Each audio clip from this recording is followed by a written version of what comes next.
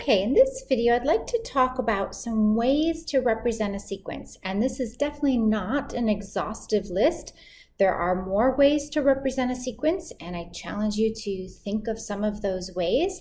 But these are 4 ways we'll be talking about in the video right now. So let's go back and think about some of the sequences we've already explored. So the first sequence that we looked at was an arithmetic sequence, and it looked like 2, 5, 8, 11, and so forth. And this was an arithmetic sequence because it had a common difference, and we discovered that the difference here was 3. And what was so special about that value was that to get from one term to the next, all we did was add 3. And so if I write this down, what I'm really saying is to get to the nth term, or to get to the next term, I take the previous term, a sub n minus 1, and add my common difference, which was 3. All right, so this is what we mean by a recursive definition. Now, if this notation is a little bit new, let's just talk about that for a moment. The first item in the list, I'm going to denote as my first term, and I'm going to label it a sub 1 with a subscript. And then the second term, I'm going to label it a sub 2. So you could say things like a sub 1 equals 2, meaning the first term in your sequence has the value 2. Okay, so when I refer to this notation, a sub n, what I'm referring to is the nth term in the sequence. So if I wanted like the 100th term, a sub 100, well, if n is 100, I have to take a sub 100 minus 1, which is a sub 99, and add 3. So that's a pretty easy way to get to a sub 100. The problem is I'm going to have to do a lot of work to get to a sub 99. But nevertheless, recursive definitions in some places are really helpful and really convenient. Okay, let's take a look at a few more examples. Okay, as another example of recursive definition, we had this sequence that looked like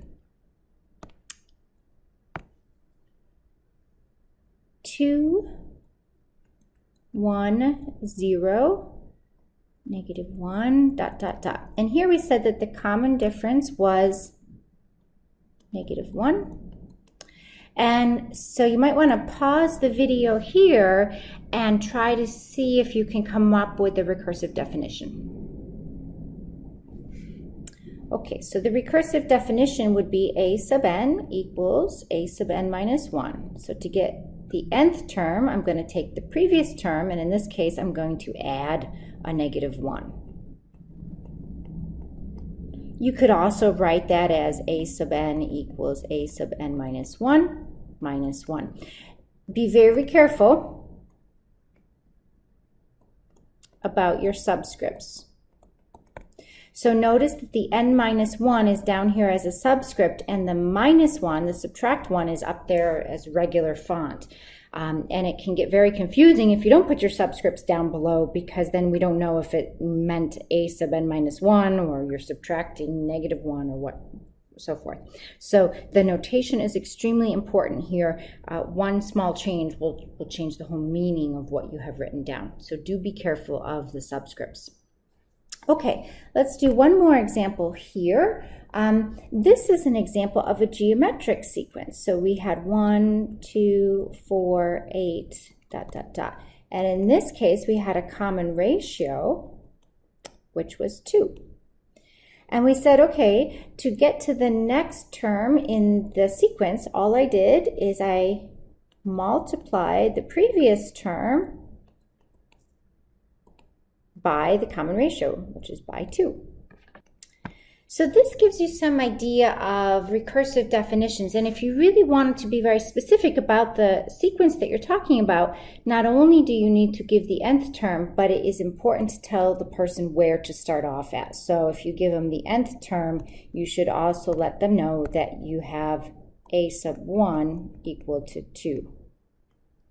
Similarly here, oops, a sub 1 is equal to 2.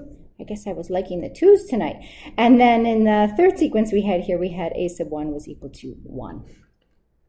So you give the person a starting number, and then you tell them the rule to get to the next terms in the sequence. Okay, so let's take a look at some explicit formulas. Explicit formulas work a little bit different. So if you have, again, our sequence here, 2, 5, 8, 11, ... and we said the common difference was 3 in that case, we can write down an explicit formula. And the explicit formula for an arithmetic sequence is of the following format. A sub n equals a sub 1 plus n minus 1 times d. So for the particular sequence we have going on here, we would be looking at a sub n equals a sub 1, which in this case was 2, plus n minus 1 times 3. And let's just compare these two formulas for a minute. We've got the recursive and the explicit for the same sequence. So if I asked you, hey, I'd really like to know about a sub 100, you might look at these two formulas and think about which one is going to be an easier computation. This recursive definition is going to require a lot of computation because you are going to have to compute a sub 99. You're going to have to do all the a sub 1, a sub 2, a sub 3, all the way up through 99 just to be able to compute the 100th term. Whereas this puppy down here, the explicit formula, you just have to plug in the value. If you want the 100th term, we do 2 plus 100 minus 1, which is 99 times 3, and that's a pretty easy calculation to do, or just get out the calculator. But we don't have to spend the time cranking through all those terms leading up to the 100th. So explicit formulas can be quite convenient if we want to go very far out in our sequence, for example. Okay, let's take a look at a few other examples. So let's take a look at our arithmetic sequence, which had the common difference of -1. And if we use our formula again, here we would have a sub n equals a sub 1, which again was 2, plus n minus 1 times the common difference, which in this case was a -1. And one more example for the explicit formula for a geometric sequence, and again this is listed in the text as well as the interactive lecture for this module.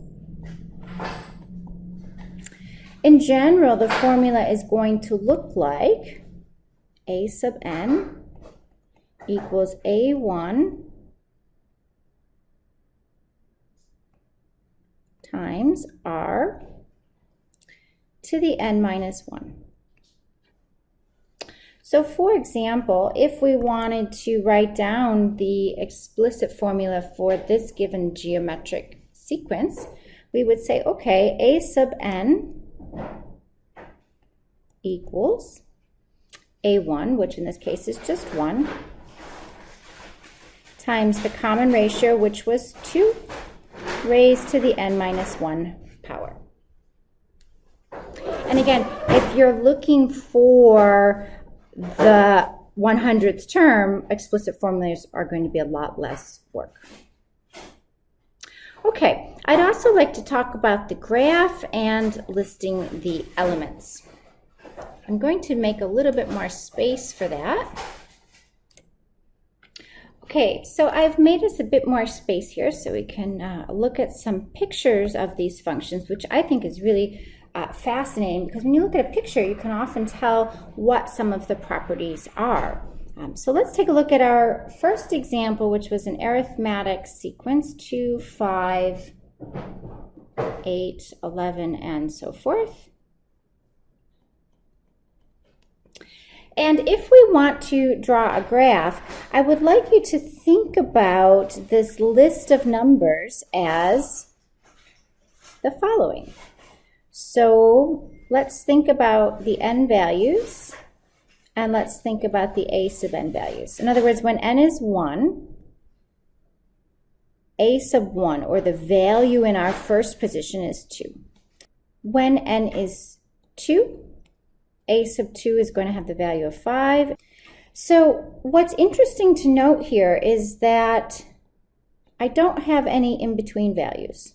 So for example, when n is 1, I know the value of a sub 1, and it's 2.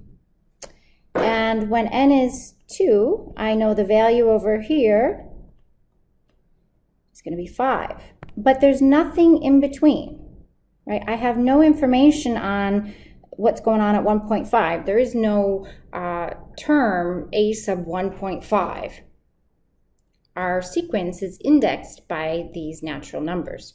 And again, if you think about computer programming, and when we make lists or arrays, we often index them by natural numbers or whole numbers, depending which language you're in. But anyways, if we keep on going,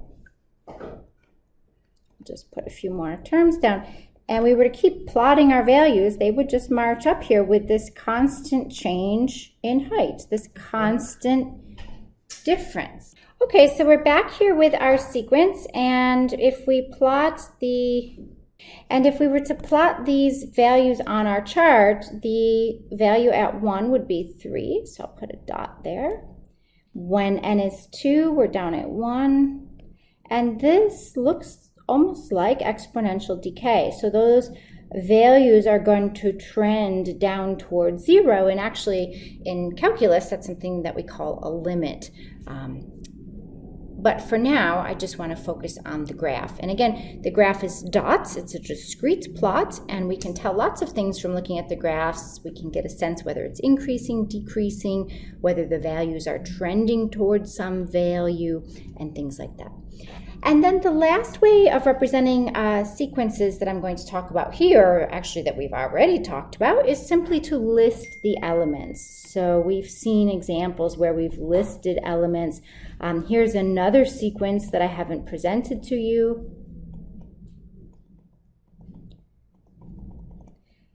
You know, what is that sequence? Well, I just made it up. It's a valid sequence, it's fine, but I haven't given you much information about, and you might be very hard-pressed to come up with what the next values in the sequence are, unless I gave you the formula or I gave you the rule for generating future terms. But, you know, in some cases, all you can do is list the elements.